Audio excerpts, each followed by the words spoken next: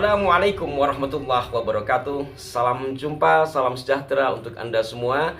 Saudara-saudaraku dimanapun Anda berada, seperti pada edisi yang lalu saya menyampaikan pentingnya adanya data sezaman atau kitab semasa atau manuskrip yang semasa atau yang mendekati untuk melacak keabsahan nasab seseorang. Kenapa? Menurut hemat kami, bagaimanapun ada perbedaan antara ilmu nasab dengan ilmu sejarah, tetapi adanya nasab artinya sambungan silsilah seseorang ke ayahnya, ke kakeknya, terus ke atas, itu adalah rangkaian peristiwa sejarah. Maka sumber historis atau sumber sejarah sebagai penguat untuk mengabsahkan atau tidak terkait dengan keberadaan seorang tokoh yang bernasab ke atas ke siapa, ke bawah ke siapa, itu sangat penting. Salah satu misal umpamanya seperti yang saya ulas juga terkait dengan KRT Sumadiningrat yang dikatakan sebagai Habib Hasan bin Toha bin Yahya. Ini kan berkait pula dengan silsilah. Kalau memang Habib Hasan itu adalah benar memiliki nama lain KRT Sumadiningrat, otomatis putra atau keturunan dari Sumadiningrat ke bawahnya akan menjadi Marga bin Yahya. Maka perlu penelusuran sejarah, kurang lebih seperti itu gambarannya ya.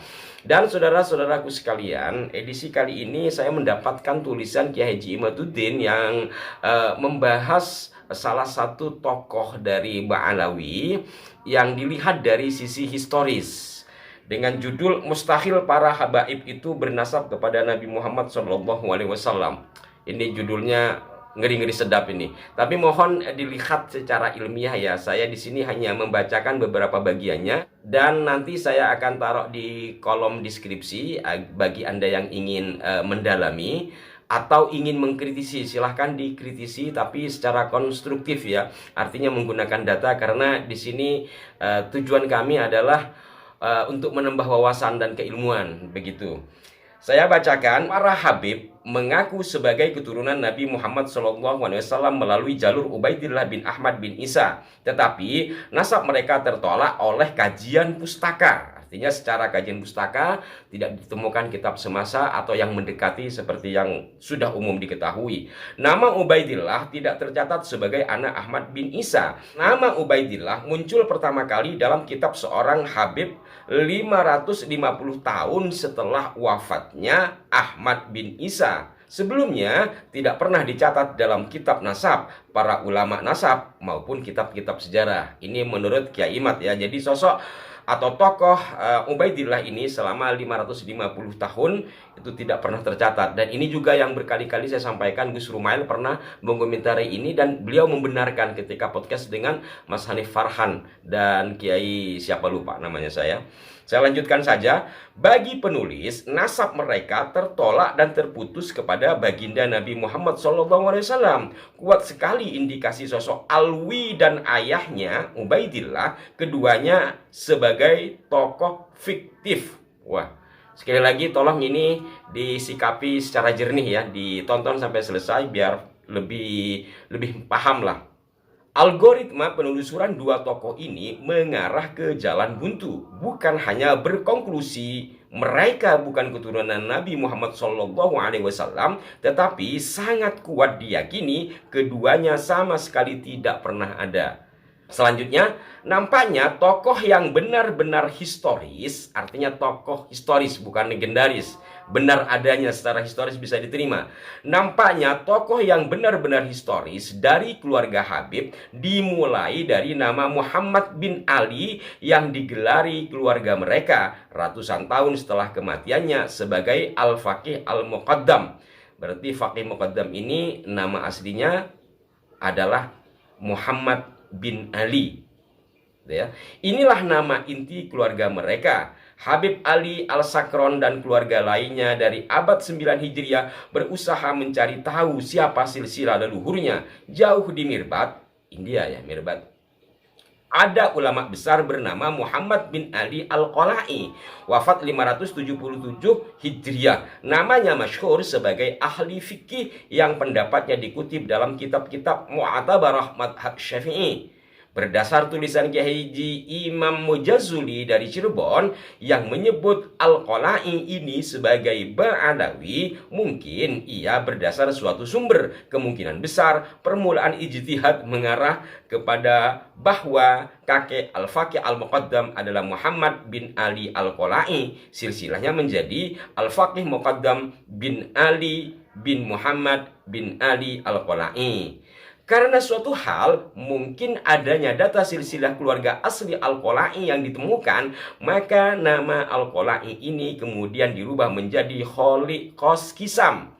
Masih mirip, jadi urutan silsilah Faqih Muqaddam menjadi Al-Faqih Muqaddam Muhammad bin Ali bin Muhammad bin Ali Kholi Kisam. Nama Mirbat yang sudah terlanjur disematkan kepada Muhammad bin Ali tetap dipakai. Nama julukannya menjadi Muhammad Shahib Mirbat. Hari ini, ini kemudian jadi masalah. Hari ini kita bisa menyaksikan adanya makam dua tokoh ini, Muhammad bin Ali Al-Qala'i dan Muhammad bin Ali Kholi Kisam atau Shahib Mirbat. Dua nama yang sama dengan julukan yang mirip dan hidupnya sezaman, harus membuat curiga para peneliti termasuk Gus Rumail. Saya lanjutkan, julukan Shahib Mirbat kita terjemahkan saja yang punya kota Mirbat. Pantasnya disematkan kepada Muhammad bin Ali Al-Qala'i, mengingat nama besarnya dan karangannya yang tersebar, tetapi kenyataannya diberikan kepada Muhammad bin Ali Ba'alwi, padahal namanya tidak dikenal para ulama. Kenapa? Wallahu a'lam. Gus Rumail mungkin dapat menelusuri, dan saya yakin Gus Rumail hanya akan sanggup menelusuri keluarga Habib sampai kepada nama Al-Faqih Al-Muqaddam, tentu dengan nama Muhammad bin Ali, bukan Al-Faqih Al-Muqaddam.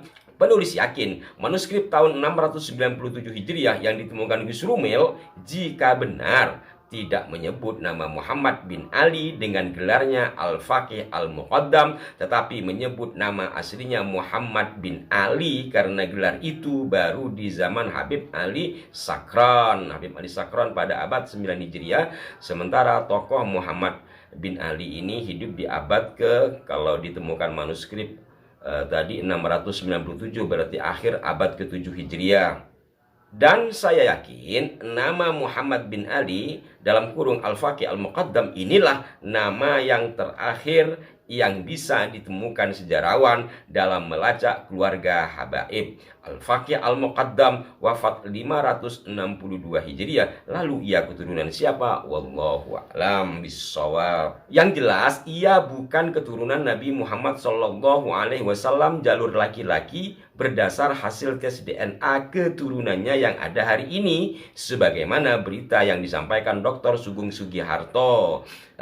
Dr. Sugeng ini adalah peneliti BRIN, ahli DNA nampaknya, yang beberapa edisi yang lalu saya tayangkan penyampaian beliau terkait dengan DNA ya.